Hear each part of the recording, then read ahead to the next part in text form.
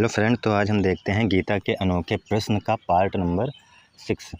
अब यहाँ पर एक इम्पॉर्टेंट टॉपिक ये आता है कि जैसे सब कुछ प्रकृति के गुणों के अनुसार होता है। खैर, इस पर मैंने बहुत बार बताया है, लेकिन इस सीरीज़ में भी एक बार बताना चाहता हूँ। अगर सब कुछ प्रकृति के गुणों के अनुसार ही होता है, और ये भी कहा गया है कि हमारा मन, बुद्धि, अहंकार, ये सभी चीज़ें भी प्रकृति से ही है। सब कुछ प्रकृति से बनता है। आप जिस प्रकृति के गुणों या माहौल में रह रहे हो, उसी अनुसार आपका अहंकार, मन की प्रवृत्तियाँ, बुद्धि उसी अनुसार आपकी बनेगी। तो ये सब भी प्रकृति से ही बनता है। तो अगर सब कुछ क्या प्रकृति से बन रहा है, तो इंसान जो है क्या वो एक प्रकृति का रोबोट मात्र है? ये चीज़ें यहाँ समझनी है, क्योंकि हमारा कोई थॉट भी ऐसा नहीं है कि जो हमारे गुणों के अलग आए। मतलब हमारे प्रकृति के नियमों के अनुसार ही हमारे थॉट भी आते हैं। मतलब हमें भले ही अहंकार हो जो कि मैं अलग हूँ, लेकिन गीता कहती है कि तुम्हारा वो अहंकार भी अपरा प्रकृति है, मतलब वो भी प्रकृति ही है। बस वो एक अवेयरनेस को परा प्रकृति कहती है, जिसको वो आत्मा या सत्य जैसे शब्द का नाम देती है। खैर, इसका मतलब ये नहीं कि कोई आत्मा या सत्य या ब्रह्म कहीं कोई प्रकृति से परे बैठा है। वो हमारी ही चेतना को बताता है, वो हम ही हैं। जब हम इन प्रकृति के गुणों को देख सकेंगे, कि अपने विचारों को ऑब्जर्व कर सकेंगे कि ये प्रकृति से एक विचार कंडीशनिंग है तो फिर हमें पता चलेगा, तो हम उसके दृष्टा होते जाएंगे। विचारों के दृष्टा अपने अहंकार को देख सकेंगे, प्रकृति की चेंजिंग को देख सकेंगे, और हम प्रकृति में जो बहाव है प्रकृति का उसको देख सकेंगे और उसमें इन्वॉल्व नहीं होंगे। तो फिर हमें क्या होगा कि विचार तो आएंगे, विचार तो प्रकृति के अनुसार आएंगे, लेकिन हमारे अंदर एक सोचने की क्षमता कहीं ना कहीं होगी। हम उन विचारों को देख सकेंगे और तुरंत रिएक्ट नहीं कर देंगे, जिससे कि विचारों की पकड़ कमज़ोर होगी हमारे ऊपर से। तो ये होता है, जो है ये सार है एक हिसाब से, जिससे कि दुख कम होगा, ईर्ष्या, लोभ, मोह सब कम होंगे। मन की सभी प्रवृत्तियां धीरे धीरे कमज़ोर होती जाएंगी, क्योंकि मन मतलब क्या? वही विचारों का प्रवाह, वही विचार जो तुम्हें तंग करें। दुख वाले विचार तुम्हें दुख दें, ईर्ष्या वाले विचार तुम्हें ईर्ष्या दें। तो यही सब विचारों की पकड़ कमज़ोर होती जाएगी। तो विचार तुम्हें ईर्ष्या अगर किसी से हो भी रही होगी, तो वो धीरे धीरे कम हो जाएगी, क्योंकि आप देखोगे कि ये सब तो बस प्रकृति से जन्मे विचार हैं। और अगर और गहरे जाओगे तो तुम्हें ये भी पता चलेगा कि ये आखिर ईर्ष्या हो किसको रही है। तो तुम्हें पता चलेगा तुम्हारे अहंकार को हो रही है। और अहंकार कौन है, अहंकार कहाँ से बना? तब तुम्हें पता चलेगा अहंकार भी उसी प्रकृति से बना है। मतलब हमारे अंदर कोई ऐसा नहीं है जो बैठा हो और इन सभी चीज़ों को देख रहा हो। सब मेमोरी की कंटिन्यूटी चल रही है, सब प्रकृति के गुण चल रहे हैं, सब कंटिन्यूटी ही है, कोई स्थिर चीज़ नहीं हमारे अंदर। और इसी वजह से लोग गलत इंटरप्रिटेशन करते हैं पुनर्जन्म जैसे शब्द की, आत्मा जैसे शब्द की। वो सोचते हैं कि कोई हमारे अंदर बैठा है। कोई हमारे अंदर नहीं बैठा, कोई पर्सनल आइडेंटिटी नहीं है। सब कुछ चेंजिंग है, सब कुछ कार्य कारण नियम है, सब कुछ बदल रहा है। हमारे अंदर कोई आइडेंटिटी नहीं है पर्सनल, और कहीं कोई पर्सनल आइडेंटिटी नहीं, सब कुछ चेंजिंग है। तो यही चीज़ है यहाँ पर। तो क्या हम एक रोबोट हैं? इस बात को समझना है। तो अगर इस हिसाब से समझो, जिस हिसाब से हमने बताया कि तुम्हारे एक एक थॉट, तुम्हारा अहंकार भी, तुम्हारा मन भी, ये सब प्रकृति से बना है। तुम्हारा शरीर भी प्रकृति, तुम्हारे एक एक थॉट प्रकृति से परे नहीं आ रहे हैं। तुम्हारे गुणों के अनुसार ही थॉट आ रहे हैं। जिस माहौल में, जिस गुण में आप रह रहे हो, जैसे आपका गुण है, वैसे ही थॉट आ रहे हैं तुम्हारे।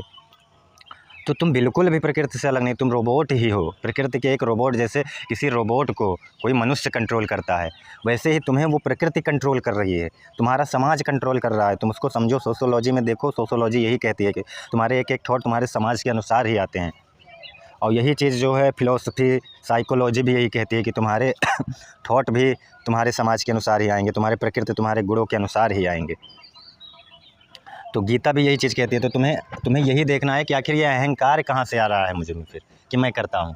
गीता यही मैं करता है कि भावना हटाता है। ये कोई दर्शन का भाग नहीं है कि ये समझो कि ये सब धर्म दर्शन इन्हीं सभी का वो है। ये तुम्हारे दुख को दूर करने का वो है। ये कोई दर्शन का ही पार्ट नहीं है। ये तुम्हें सोशियोलॉजी, साइकोलॉजी, फिलोसफी, आप जियोग्राफी पढ़ने जाओ, वहाँ भी बता देगा पूरा ब्रह्मांड में तुम्हारी औकात। जो तुम्हें ये लगता है कि मैं ही सब कुछ करता हूँ, तुम एक चींटी के बराबर भी नहीं हो ब्रह्मांड में। तो तुम कुछ नहीं करते हो। यही बातें सभी चीज़ें बताती है। साइंस भी यही बताता है कि तुम एक रोबोट मात्र हो। जैसे प्रकृति है, जैसे वो चाहेगी तुम्हें वैसे ही कंट्रोल करेगी। तो लोग यहाँ पर कहेंगे कि फ्री विल जैसी चीज़ें फिर कहाँ गई, हम कुछ भी करने के लिए स्वतंत्र ही नहीं हैं। अरे तो ये पूछ कौन रहा है कि हम कुछ भी करने के लिए स्वतंत्र हैं या नहीं? और गहरे फिलॉसफी में घुस लो, और गहरे फिलॉसफी में जाओ, तो वहाँ पर अब आपको यह समझ में आएगा कि आखिर ये पूछ कौन रहा है कि मेरे अंदर फ्री विल है या नहीं। तो वहाँ पर तुम्हें पता चलेगा ये भी मेरा अहंकार ही पूछ रहा है। और अहंकार तो प्रकृति का है, अहंकार तो प्रकृति से जन्मा है, लोगों ने दिया है तुम्हें। तो अहंकार तो है ही नहीं, तो पूछ क्यों रहा है कि मैं कुछ भी करने के लिए स्वतंत्र हूँ कि नहीं। ये फ्री विल जैसी चीज़ें क्या हुई फिर। कुछ लोग कहेंगे कि फ्री विल हमारे पास पता नहीं है कि नहीं, तुम कह रहे हो ये वो तमाम तरह के। अरे फ्री विल चाहिए किसको? तुम्हारे अहंकार को चाहिए, और तुम्हारा अहंकार खुद ही प्रकृति से बना है, तो वो समाज से परे कुछ करेगा ही नहीं। अब लोग फ्री विल मतलब ये समझते हैं यहाँ पर कि मैं तो जो चाह रहा हूँ वो कर रहा हूँ ना, मुझे रोक कौन रहा है। मैं तो सब कुछ कर रहा हूँ, तो मेरे पास फ्री विल है। मैं पढ़ना चाह रहा हूँ पढ़ रहा हूँ, मैं घूमना चाह रहा हूँ घूम रहा हूँ, तो ये मेरी फ्री विल ही तो है। मैं जिसको चाह रहा हूँ मार दे रहा हूँ, जिसको जो चाह रहा हूँ कर दे रहा हूँ, ये फ्री विल ही तो है। इसको लोग फ्री विल कहते हैं फिर। अरे तुम्हारा ये फ्री विल जो जिसको तुम फ्री विल कह रहे हो, ये चीज़ें भी उसी प्रकृति का हिस्सा है। तुम्हारा जब थॉट ही प्रकृति का हिस्सा, तुम्हारा थॉट प्रकृति से परे आता ही नहीं है, तो तुम कैसे फ्री विल कोई कह सकते हो? तुम्हारा अहंकार तुम्हें फ्री विल देना चाह रहा है, और अहंकार है ही नहीं, अहंकार ही फ्री विल मांग रहा है। अब तुम यहाँ पर सबसे अच्छी बात ये समझो कि तुम जो ये कह रहे हो मैं जिसको जो चाह रहा हूँ कर दे रहा हूँ, अरे तुम वो कर क्यों रहे हो ये भी तो देखो। तुम इसीलिए कर रहे हो क्योंकि हो सकता है उसने उकसाया हो, वैसी प्रकृति बनी हो। तुम किसी को मारोगे क्यों? क्योंकि उसने उकसाया, इसलिए तुम मारोगे उसको। तुम्हारा अपना वहाँ पर भी कुछ नहीं है। तुमने गुस्सा क्यों किया? क्योंकि उसने गुस्सा दिलाया। तो ये फ्री विल कहाँ हुई? ये तो दूसरा जो चाह रहा है वो तुमसे कहा, तुम खुद कुछ नहीं कर रहे हो, दूसरा तुमसे वो करा रहा है। मतलब प्रकृति करा रही है, नेचर करा रहा है, गुण करा रहे हैं प्रकृति के। तुम कहोगे कि मैं पढ़ना चाह रहा हूँ, मैं पढ़ रहा हूँ, तो क्या मेरी इसमें फ्री विल नहीं है? अरे तुम पढ़ क्यों रहे हो? क्योंकि तुम उस एनवायरनमेंट में हो, तुम उस प्रकृति में हो, इसलिए तुम पढ़ रहे हो। अगर तुम 10 दिन किसी ऐसे ग्रुप में रहो जहाँ पढ़ाई का मतलब वो ही ना हो, ज़्यादा लोग ऐसे फालतू की चीज़ों में टाइम वेस्ट करते हो, तो तुम भी वैसे ही बन जाओगे। और ये बहुत हद तक सही है। वो सब बस कहने की बातें होती है, जो लोग कहते हैं कि कि जो बेटर होते हैं वो उनको कितने भी बुरे लोगों के बीच बैठा दो, वो हमेशा बेटर ही रहेंगे। सब बस कहने की बातें हैं। आप 20-25 दिन किसी ऐसे ग्रुप में रह लो जो ऐसे उल्टे सीधे ही काम करते होंगे, आपका इंटरेस्ट उधर चला जाएगा, मन यहाँ पल पल बदल जाता है। तुम कह रहे हो कि फ्री विल जैसा चीज़ें तुम्हारे अहंकार को चाहिए। अहंकार खुद ही फ्री विल में नहीं है, वो खुद ही दूसरों से बना हुआ है, समाज माहौल प्रकृति से बना हुआ है। तो फ्री विल जैसी चीज़ें आखिर चाहिए क्यों? तुम खुद को देखो ना, खुद के थॉट को देखो, बस फ्री विल क्या है यहाँ पे। और फ्री विल होने से तुम्हें दुख कैसे? तुम्हारा मेन लक्ष्य क्या होना चाहिए? दुख से छुटकारा। और दुख क्यों है? दुख इन्हीं विचारों की पकड़ है तुम्हारे शरीर पर। जैसे विचार वैसे तुम्हारे शरीर रिएक्ट कर रहे हैं, इसलिए तुम दुखी हो। तुम मन से दुखी हो, मन के विचारों से दुखी हो। तो तुम्हें इसमें फ्री विल जैसा क्या है? तुम्हें फ्री विल आखिर चाहिए क्यों? हाँ तुम फ्री हो, जो मन कहे करो ना, तुम्हारी प्रकृति तुम्हारे को, लेकिन उसमें ये अहंकार आ जाना कि मैं कर रहा हूँ, ये गलत बात है ना। और यही तो अहंकार चाहता है, क्योंकि तुम नहीं कर रहे हो, वो तुम्हारे गुण करा रहे हैं प्रकृति की। गीता में साफ साफ कहा गया है कि प्रकृति के 3 गुण, सत्वगुण, रजोगुण, तमोगुण, इन्हीं से मनुष्य समुदाय मोहित हो रहा है, लेकिन उसको लगता है कि मैं करता हूँ। अब तुम सोचो कि कहीं तुम गए, कुछ कार्य किए, तो तुमने वो कार्य किया तो तुम सोचे कि ये मेरी फ्री विल है, लेकिन यहाँ एक बात ये समझो कि तुमने वो कार्य वहाँ जाकर किया कि, और गहराई में थोड़ा जाओ, तब तुम्हें पता चलेगा कि वो ऐसी स्थिति थी वहाँ पर, इसलिए मुझे ये कार्य करना पड़ा। किसी ने गुस्सा दिलाया, इसलिए मुझ में गुस्सा आया। अब वहाँ तुम्हारी फ्री विल नहीं है, गुस्सा तुम्हारे अंदर लालच आया, तुम्हारी फ्री विल नहीं है, वो दूसरों के द्वारा दी हुई लालच है। तुमने कुछ चीज़ें ऐसी देखी जिससे तुम्हारे अंदर लालच बढ़ गई, वो भी प्रकृति ने दिया। तुम्हारा, मैं कह रहा हूँ, एक एक थॉट, एक एक सभी कुछ प्रकृति ने दिया। तो फ्री विल जैसी चीज़ें क्यों चाहिए तुम्हें? तुम अपने अहंकार को देखो ना पहले। तुम्हारा अहंकार ही नहीं फ्री है। तुम्हारा अहंकार जो फ्री विल मांग रहा है वो खुद ही दूसरों के द्वारा दिया गया है। तो जो खुद ही दूसरों से मिला है वो फ्री कैसे हो सकता है? उसका हर एक शब्द कंडीशनिंग होगा। तो यहाँ पर फिर गीता में जो भगवान कह देते हैं ब्रह्म, सत्य या आत्मा जैसे शब्द, यही जो है परा प्रकृति है। मतलब ये जो है प्रकृति से परे है। प्रकृति से परे का मतलब ये नहीं कि बियॉन्ड द अर्थ, मतलब तुम्हारे थॉट को अगर ऑब्जर्व करोगे तो कोई है जो ऑब्जर्व करेगा। तो यहाँ पर ये बातें कही जाती हैं। तो इसका मतलब ये मत समझना कभी कि कहीं कोई आत्मा, सत्य, ब्रह्म बैठा है, वो वही तुम हो और तुम उसे ऑब्जर्व करोगे। ये बस एक तुम्हारी चेतना को विस्तार देने के लिए, तुम अपने थॉट को ऑब्जर्व करो, प्रकृति के उसको देख सको, अपने अहंकार को हटा सको, अपने दुखों से मुक्ति पा सको। जो तुमने पकड़ कर बैठा है, मेरे साथ ऐसा क्यों होता है, मेरे साथ ही बुरा क्यों होता है, तुम उस प्रकृति के में हो रही घटनाओं को देख सको। ये कंटिन्यूटी चल रही है, इसीलिए वो शब्द दिया गया है कि जब तुम थॉट को ऑब्जर्व करोगे तो वो आत्मा है एक, जो इन सबसे परे है, जिसको प्रकृति में हो रही इन घटनाओं से कोई मतलब नहीं है, वो बस दृष्टा है सबका। तब तुम्हें पता चलेगा कि ये सभी चीज़ें मतलब अपने आप ही हो रही हैं प्रकृति के नियमों के अनुसार। तब तुम्हारे अहंकार की पकड़ कमज़ोर होगी, विचारों की पकड़ कमज़ोर होगी। बस इसीलिए वो शब्द दिया गया है, और उसको पूरे ब्रह्मांड में फैली चेतना बता दिया गया। आत्मा सर्वव्याप्त, सर्वव्यापी, स्थिर, अचल, ये सभी बता दिया गया है।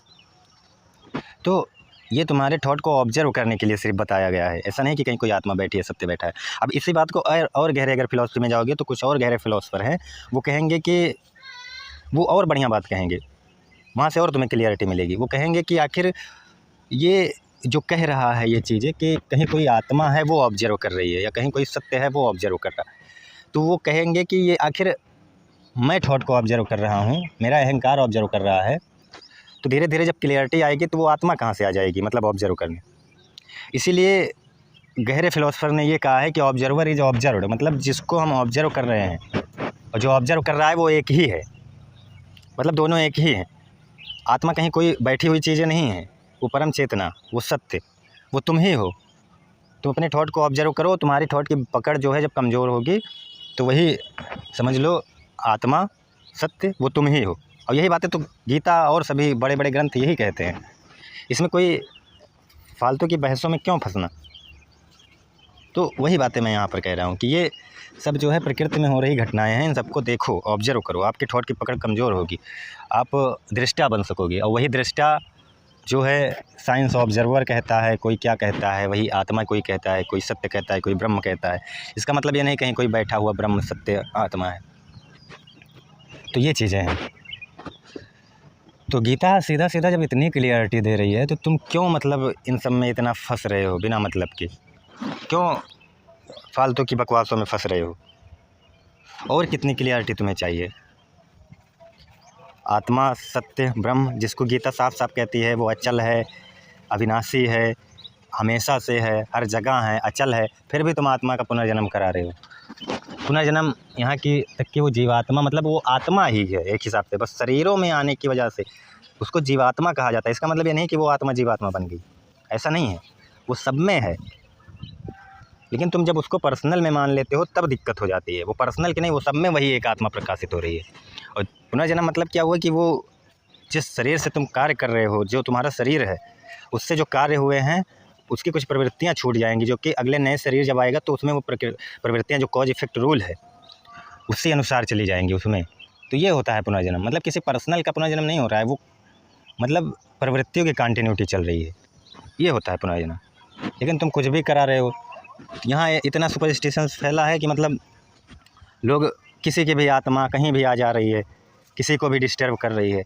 मतलब ऐसे ऐसे बेवकूफ़ लोग पड़े हैं कि मतलब क्या ही बताएं। मतलब उनको देख कर ही मैं कहता हूँ मुझे दिमाग ख़राब होता है। मतलब उन्होंने देश का भी वो किया है एकदम नाश, ग्रंथों का भी नाश किया है, और हमारे जो इतने अच्छे दर्शन हैं जो कि इतनी गहराई की बात करते हैं उनको भी नाश कर दिया है उन लोगों ने। मतलब ऐसे ऐसे सुपरस्टिशंस में फंसे हुए लोग कि आप जाओ देखो कुछ जगह पर जहाँ नेगेटिव एक्टिविटी होती है, वहाँ वो लोग देखो किसी के अंदर किसी की आत्मा आ गई है, उसको डिस्टर्ब कर रही है, वो कुछ भी आँव बाँव बक रहा है। यहाँ लोग कहेंगे कि ये जिस पर पड़ता है वही जानता है। अरे जिस पर पड़ता है वही जानता है, वो मेंटली डिस्टर्ब है, उसको ज्ञान की बातें दो ना, मैं मानता हूँ उसको दवा नहीं काम करेगी, नहीं दवा काम करेगी, मैं ये भी कह रहा हूँ, क्योंकि उसके जो मन में विश्वास हैं वो आत्मा जैसे सुपरस्टिशंस में फंस गए हैं। वो उसको लग रहा है कि मेरे अंदर किसी की आत्मा आ सकती है, ये वो तमाम तरह की बकवासें जो फैली हुई है वो उसके मन में बैठ गया है। वहाँ पर नोसेबो इफेक्ट काम कर रहा है, क्योंकि मैंने बताया है कि नोसेबो इफेक्ट मतलब क्या हुआ। अगर तुम्हें विश्वास नहीं है कि वो दवा तुम्हें काम नहीं करेगी तो नहीं काम करेगी, क्योंकि आपका हार्मोन सपोर्ट नहीं करेगा, और हार्मोन सपोर्ट नहीं करेगा तो दवा काम नहीं करेगी आपको। तो यहाँ पर मतलब ऐसे सुपरस्टिशन फैल गए हैं। उसमें दिक्कत मैं अकेले कैसे कह सकता हूँ कि कोई बाबा या तांत्रिक ही है, उनकी ही दिक्कतें नहीं है, ये सब वही नहीं किए। ये जो लोग डिस्टर्ब होते हैं ये वो उन लोगों की भी उतनी ही गलती है। वो लोग बिना सोचे समझे कुछ भी कर रहे हैं ना। मेन बात, मान लो पढ़े लिखे नहीं हैं तो मैं क्या करूँ उनका। अब उनको समझना चाहिए, कम से कम अपने धर्मों को जानना चाहिए अपने, जब तक, क्योंकि वो गहराई से नहीं पढ़ेंगे वो डिस्टर्ब ही रहेंगे, वो इन सब बकवासों को मानते ही रहेंगे। मैं देखता हूँ ऐसे ऐसे वीडियोज़ कभी कभी मिल जाते हैं कि जाकर तांत्रिक के पास बैठे हैं, किसी बाबा किसी मौली के पास, वो बता रहे हैं कि तुम्हारे अंदर ये है, उन्होंने ये कर दिया है, उन्होंने ये कर दिया है, तुम्हें पढ़ने नहीं दे रहा है, ये वो ऐसे मतलब इतना उसको इमोशनली वो कर देंगे कि वो बैठकर रोने लगेगी या रोने लगेगा, जो भी होगा, कि वो सोचेगा हाँ सच में ये सब तो मेरे साथ होता है, सच में किसी ने ऐसा कुछ किया है। अरे कोई तुम्हें कुछ कर सके, कोई है भी जो तुम्हें कुछ करेगा? आत्मा किसी का कुछ सत्य है ही नहीं। अगर तुम एक अद्वैत पर जाओ तो वही आत्मा ही सब कुछ है, वही ब्रह्म ही सब कुछ है। तो तुम कहाँ से उसमें ये सब फालतू की बकवासें ला रहे हो? अरे जिस आत्मा को तुम कह रहे हो किसी के अंदर आती जाती है, कम से कम उसके बारे में पढ़ तो लो। अपनी गीता ही पढ़ लो कम से कम। और गीता तुम पढ़ोगे तो वैसे ही नॉर्मली पढ़ लोगे, इसलिए कहा गया है कि गीता सबसे ज़्यादा पढ़ी जाने वाली लेकिन सबसे कम समझे जाने वाली बुक है।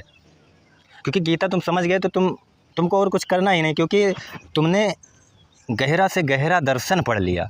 दुनिया में गीता से गहरा दर्शन तुम्हें नहीं मिलेगा, सबसे गहरी बातें गीता में है। लेकिन जब तुम उसको समझोगे ही नहीं, तुम गीता भी पकड़ोगे तो वही वो जाकर श्लोक पकड़ोगे जिसमें कहा गया है कि बुरे कर्म करने वाले लोगों को मैं हमेशा ही नीच योनियों में डालता हूँ, या ऐसे लोग भूत प्रेत जैसे योनि को प्राप्त होते हैं जो भूतों की पूजा करते हैं। मतलब यही श्लोक तुम पकड़ोगे, मुझे पता है। और जब और भी कुछ होगा तो तुम यही पकड़ोगे कि जैसे जीवात्मा एक शरीर को छोड़कर, जैसे मनुष्य एक कपड़े को छोड़कर दूसरा कपड़ा ग्रहण करता है, वैसे जीवात्मा भी एक शरीर को छोड़कर दूसरा शरीर ग्रहण करती है। ऐसे 2-3 श्लोक पकड़ लोगे तो आप सोचोगे कि गीता में भी तो ये आत्मा इधर उधर आ जा रही है, और इसमें भी तो ये भगवान कृष्ण ने भूत प्रेत जैसे बातों की, मतलब शब्दों की बात की है। तुम ये तो पढ़ लोगे, ये तो समझ लोगे, लेकिन ये नहीं समझोगे कि आखिर वो शब्द हैं क्या, उसका रियल मतलब नहीं समझोगे। आत्मा जीवात्मा परमात्मा में कोई डिफरेंस नहीं है। और आत्मा उसी के आगे के श्लोक में सीधा सीधा भगवान कहते हैं कि आत्मा सर्वव्याप्त है, अचल है, स्थिर है। जब वो अचल है, स्थिर है, सर्वव्याप्त है तो वो कैसे कहीं आ जा रही है, तुम कहाँ आ जा रहे हो उसको कर रहे हो। तब तुम्हें वहाँ अपना थोड़ा बेसिक सेंस लगाना चाहिए कि ये जो यहाँ पर बात हो रही है जीवात्मा शब्द की, वो क्या है। फिर आप जीवात्मा में थोड़ा अगर मतलब थोड़ा सा उसमें ध्यान लगाओगे, थोड़ा सा ज्ञान अर्जित करोगे, तब तुम्हें पता चलेगा कि जीवात्मा जैसा तो कुछ है ही नहीं। सब कुछ जब आत्मा ही है, वो तो हमारा अहंकार है कि मैं उस आत्मा से अलग मान रहा हूँ, इसलिए भगवान ने जहाँ जहाँ शरीर है वहाँ वहाँ जीवात्मा कह दिया है, क्योंकि जीव प्लस आत्मा एक हो ही नहीं सकते।